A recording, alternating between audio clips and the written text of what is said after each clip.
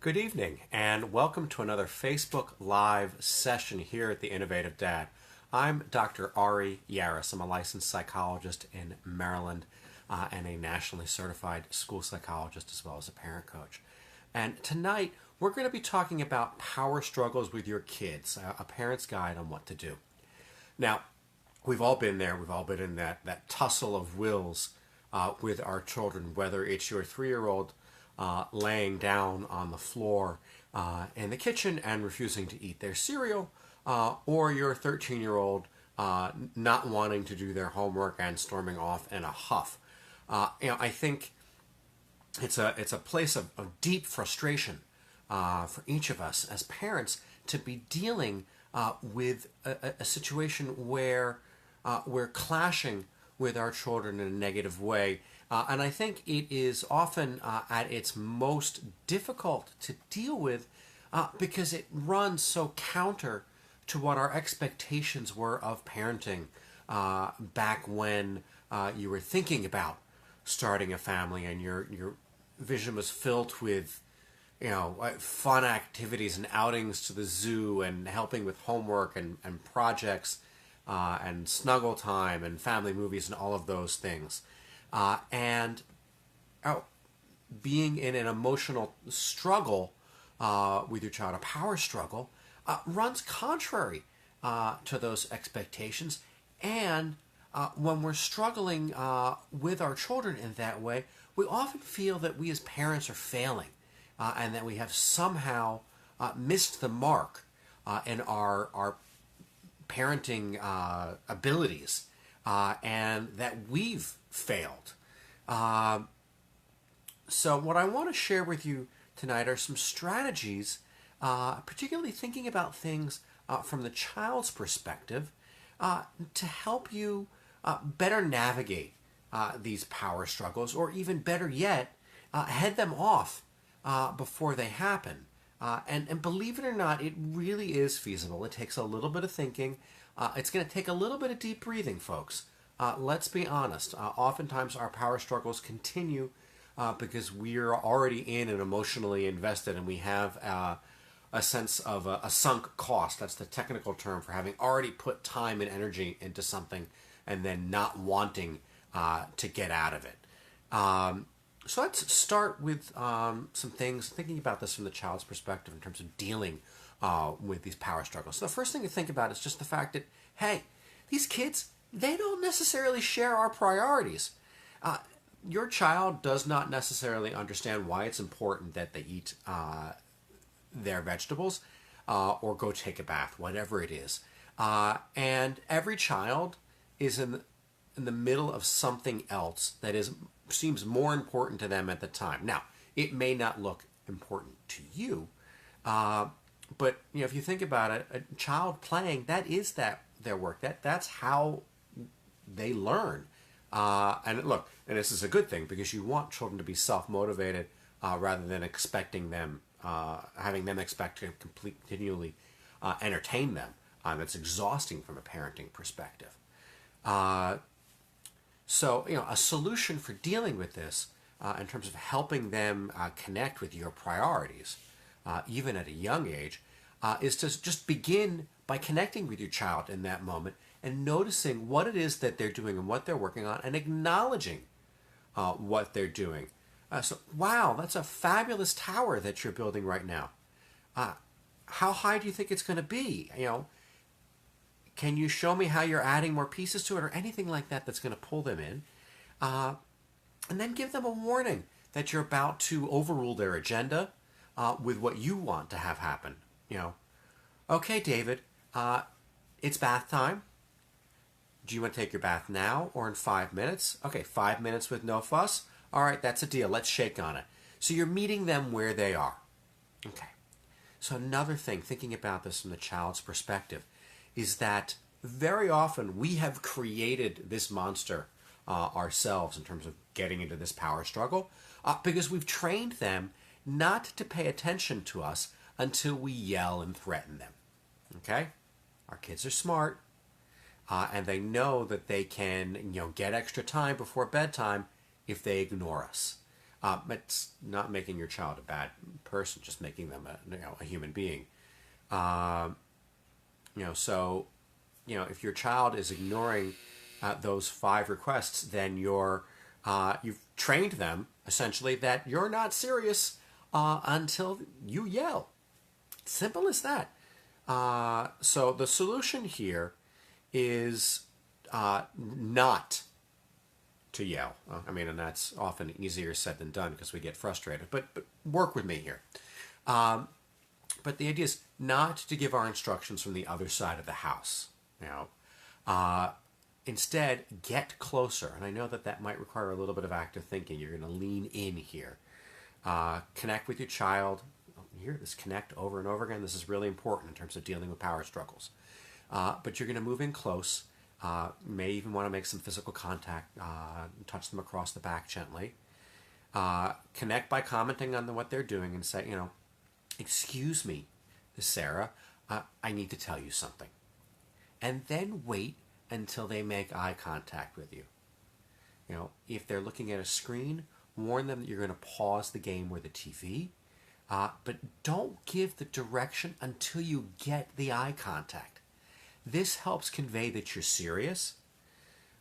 You may want to, for children that are glazed over from screen time or just glazed over in general, to have them repeat back to you what you've said. And there's a great post on my website about this repeat back strategy, and it really, really does work. Give one warning and then stick to whatever time limit you've agreed on in terms of having this thing happen. You need to follow through, because if you don't, you're then chaining them again to not take your request seriously, and you're back and yelling. Okay. So another thing to think about from the child's perspective is that often you get into a power struggle because they need help to make transitions. Now, when you're thumbing through Facebook, do you find it hard to pull yourself away from it and from clicking on that one more piece of clickbait? Look, self-admittedly, I do as well. So don't you find yourself hard to pull away to go deal with a whining child maybe in these circumstances? Kids experience our nagging the same way that we experience their whining. I mean, in other words, they don't hear it because they're trying to tune it out.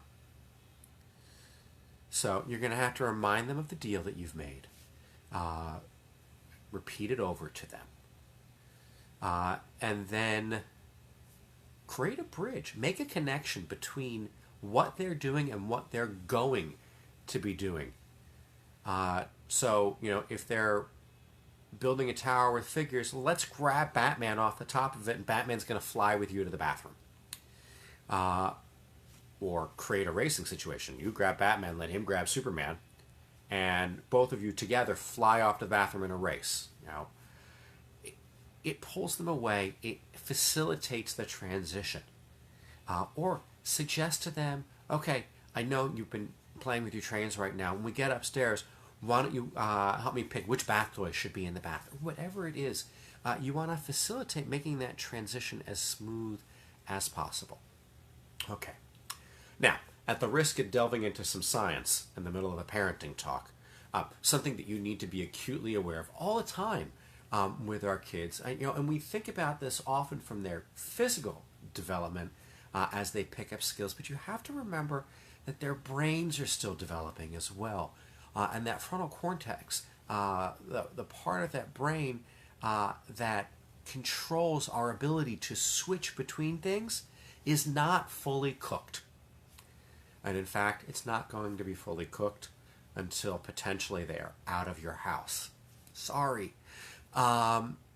So, not having that ability. So every time that you're setting a limit that requires your child to make some kind of a switch, they've got a choice to do it, and they don't necessarily have all of the skills to help facilitate that. But when the child realizes that your relationship is more important than what she wants or he wants at any given moment, then they're going to follow through with that request. And every time that happens, they're then strengthening, their brain's ability to redirect towards a more important goal. Building, I'm going to say muscle, even though we know the brain is not a muscle, but building that the same way that we would a muscle.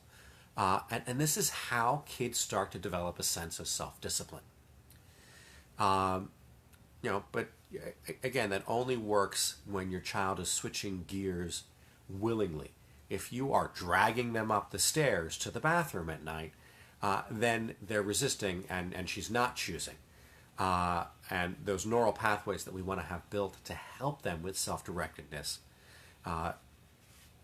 isn't there. I mean, remember, the phrase is self-direction, so self is sort of integral to it.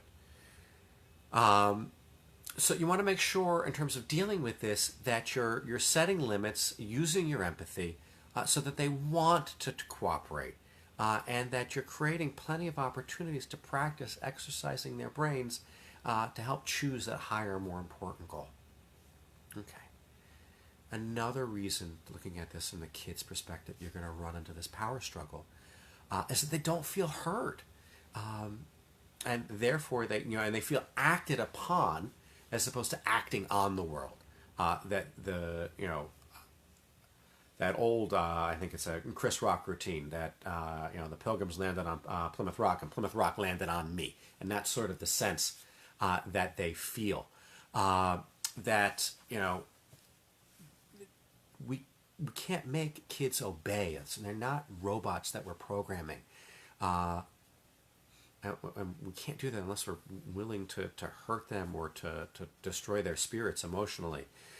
We have to get to the point where they want to cooperate. This is the way that they're going to facilitate things. So you want to engage them, and as long as they're getting the opportunity to feel heard and have a little bit of control or choice, then they're more willing to go along. And this is really key. Acknowledge their perspective, and whenever possible, provide choice. Now, you want to make sure those choices are within the narrow range that you're comfortable with, but that gives them a sense of control. So repeat back what you're hearing from them. I hear you. You really don't want to take that bath. And maybe when you don't live here, you'll never take a bath. And you know what? But tonight, you really do need to. Now, you have a choice. You can choose a bath or you can choose a shower. Or if the location is non-negotiable, they can pick, do they want bubbles in the bath, the kind of shampoo that they want to have, a loofah versus a washcloth, the boat bath toys versus the train bath toys. It doesn't really matter. You're setting up these choices within the realm that you're comfortable with, but they have a sense that they have some control.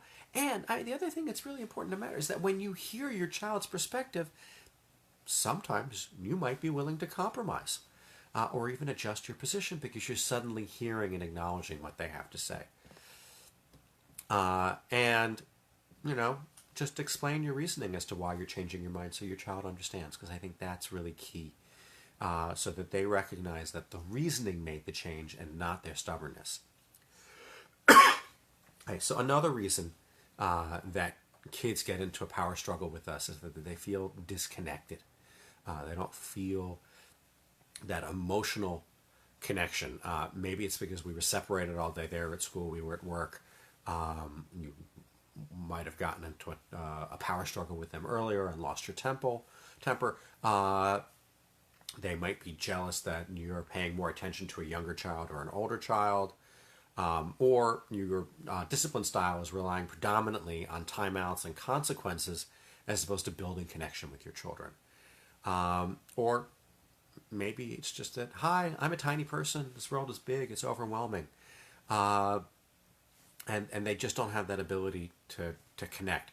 So you want to make sure that you're empathizing with your child's experiences, both when you're giving a directive and as often as you can, because that helps build connections for our children. Be prepared for upset feelings to sort of surface when your child feels that warm connection more strongly, and stay connected and compassionate throughout the resulting meltdown. This is a great way to really just sort of build that up. You're essentially banking the connection to help with the follow-through on the things that you want them to do. Now, something else that may have happened is that they may have just given up on us. Kids look to their parents for nurturing and for guidance, and they want to believe that we're on their side and they want to please us. But if your child is defiant or you keep finding yourself in power struggles, that may be a red flag that there's some challenges in your relationship and they do need to be strengthened. One of the best ways to do this is to really schedule that special time with your child, that one-on-one, half an hour of time, even 15 minutes sometimes can be enough. But to do that on a regular, consistent basis, we often underestimate the impact of this. I was once chatting with somebody who had, I think at the time, 8 children, which I know seems mind-boggling. But he made sure throughout the course of the week that there was always special time, at least once a week, with each one of his children. And that special time could have been something as simple as running to the store with him, but it was one-on-one time. And at least from his perspective, his kids valued every time that occurred. And creating one-on-one time is another way of adding to that bank of that relationship. It's a great way to tangibly show how you love your child and your willingness to put the child first and show your adoration and your unconditional love. You can also, laugh with your child, snuggle, cuddle, and make those physical connections. And when that relationship is getting tense, laughter is often the best and easiest way to go back to building a connection. But make sure that that laughter is genuine laughter over something humorous as opposed to our adult tendency to engage in snark and sarcasm. Okay. One last place around in terms of a power struggle that we need to recognize. Our kids are human. Yes, you have a little human being in your house. And all people resist control. And our kids aren't any different than us in this regard. The more that they're going to feel pushed around, the more that a strong-willed child, and remember, having some strong will is good. It's a positive trait. We just want it in the right places. It's going to push them to rebel a little bit, and more compliant kids might lose that initiative and the ability to stand up for themselves.